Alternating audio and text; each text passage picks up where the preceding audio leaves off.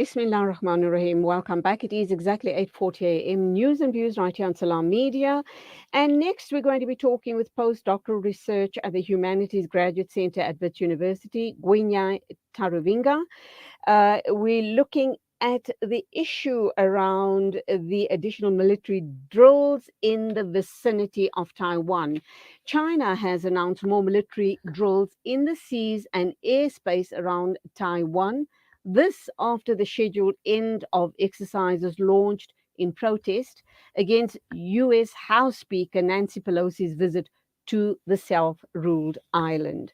A very good morning to you, Gwinyai. Welcome to the program. Are we going to be seeing an escalation regarding these military exercises by China around Taiwan, in the waters outside of Taiwan? And what is that saying to the people of Taiwan and very especially the United States? Very good morning to you, Julie, and happy Women's Day to you. Thank you. Thank So you indeed. you're welcome. You're welcome. So essentially, I think for us to understand your question, I think we also need to look at the context in which this is happening. And I think you mentioned it in your introduction when you said that these military drills by Taiwan are as a result of a response to Nancy Pelosi's visit to Taiwan. And I think Nancy Pelosi's visit is probably important in this regard because she is probably third in line in terms of taking over from Joe Biden should he become incapacitated in any way. But it speaks to the dynamics within the political realm, whereby she's probably the first United States representative to visit Taiwan. And within the Chinese context, I think these military drills do show that China feels maybe threatened by this visit. But in response to your question, where you ask if we're going to see an escalation, we are likely going to see an escalation of these type of events, especially around the Taiwan area. But when we also look at the Chinese military, we also need to be aware that China hasn't been really involved in wars. I think the last time they were involved in a war was in 1970. So I think what we're seeing with these military drills are more of a show of strength in response to Nancy Pelosi's visit from the United States. But the sad reality is that it could go wrong, could it not? These drills, these military exercise drills that they are involved in outside the waters of Taiwan's mainland, could go wrong. Those missiles could land, on a city, on a town, on a school, in a civilian area, and possibly kill and maim people. It may not be the intent, but something could go wrong and it could spark the beginning of a war. I also understand last week when these drills started that one of the missiles landed in Japan. And I'm wondering what has resulted from that action. Do you think that Japan will call for some sort of diplomatic talks? Because surely they don't want to go to war and they're not going to retaliate in that manner. Because if they do, we're going to see the beginning of a war in the South China Seas. So yes, so definitely. I mean, in any when we observe military drills and the likes, we see that they could escalate into something else. And I think your previous speaker, although the topic is a bit different, was also alluding to the challenges in Israel and Palestine. And military drills, in many cases, serve as a premonition of something that could likely happen. And this is something I think we should also take into consideration in this regard as indeed something that could escalate. And I think more importantly, we also need to look at the diplomatic ties with China and America. These had been strained, especially under the Biden administration, because if you also recall, before Nancy Pelosi's visit, the Chinese president and the US president had sort of a diplomatic tiff of some kind where they had disagreements as to what would happen if this visit went through, which then resulted in what we're seeing in Taiwan. So certainly, I think there could be a huge possibility of an escalation of some kind, and also in terms of including the example you've given there of Japan, it could easily get out of hand, and a conflict could actually end up ensuing between these countries.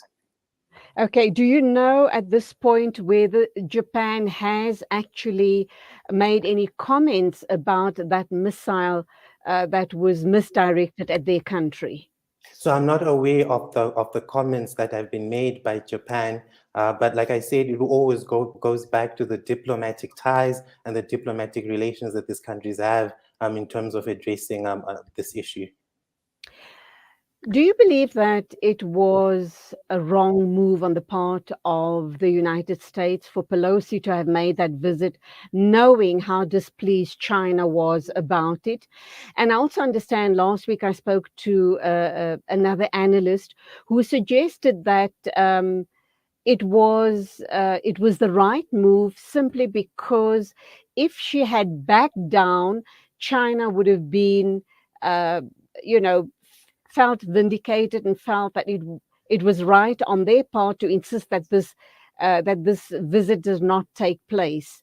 So, do you think that this visit was provocative in some ways? I think the visit was indeed provocative because, again, when we look at the relationship between Taiwan and America, it is essentially that of two democratic states. And as we know, within understanding democracy, normally democratic countries stand together.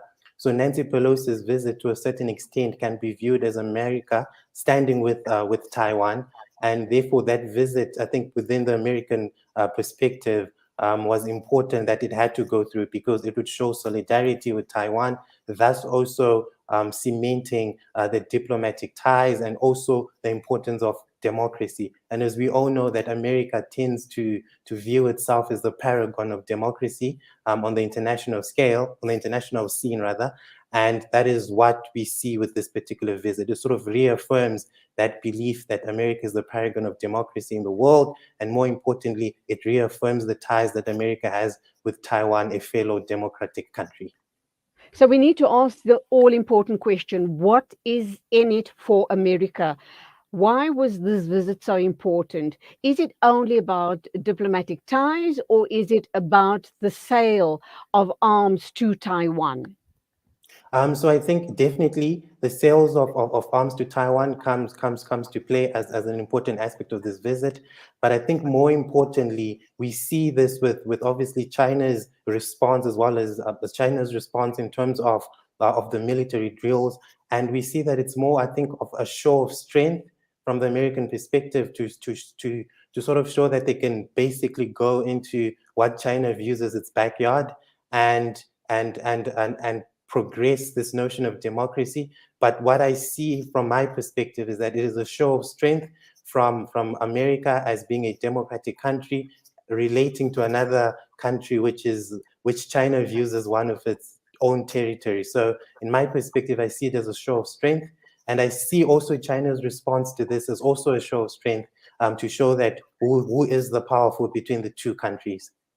And undoubtedly, China has its sights set on Taiwan. They want to reintegrate Taiwan into China, claiming, and possibly rightfully so, that Taiwan was part of China centuries ago. And the majority of the people living in Taiwan are descendants of the Chinese people from the mainland. Yes. So again, we also see the notion of territory again comes into play in this question, where Taiwan is viewed as a contested area because, I mean, China views it as one of its own, as you rightfully said, whilst America looks at it as an independent country. And therefore, I think that's where, again, Nancy Pelosi's visit then becomes important within that context of understanding the diplomatic ties with China, with America and Taiwan, but also the notion of democracy and how America wants to progress this notion of democracy from a global scale. Okay, my final question to you, worst case scenario. Should China then declare war on Taiwan with the intent of obviously absorbing it into mainland China? Do you think that America would respond? And what would that response be like? And what would that mean for the rest of the global community? So I think this also links to a question you asked earlier, where I think you mentioned that the drills and when something could possibly go wrong, and I think in this case this would be the worst case scenario, whereby China actually then goes ahead and invades Taiwan. What we then would see, from my perspective, and this is from a historical perspective as well, where we've seen the role of America within the global scale, where they tend to defend the notions of democracy. And I think we'll be going back to the Cold War days with the Soviet Union and the United States of America, where we had a Cold War of some kind. So in this way, I think should that happen, whereby China goes out to invade Taiwan, which is possible basically by what we've seen with these military drills, I think we could see an escalation of some kind. I think with President Biden, he's been a bit restricted in terms of using the army, but in this case, I think there could be a possibility of conflict between China and America concerning Taiwan. Please, God, let that not come to pass. As it is, we are feeling the repercussions of the war in the Ukraine, not only us in Africa, the entire world. We know what we're going through right now with the shortage of fuel and food, etc. So let's hope and pray that common sense does prevail. Gwinyai Taruvinga, you are the postdoctoral research at the Humanities Graduate Centre at Wits University. An absolute pleasure talking with you this morning. Thank you indeed. Go well and have a great day. Same to you. Thank you very much. The time is exactly 8:51 a.m. Standing by is Ruwaida Harun Beg, Ruwaida Harun Beg, Upper Ruwaida Harun Beg. And we're going to hear what she has to say to us about the online adult and revert madrasa.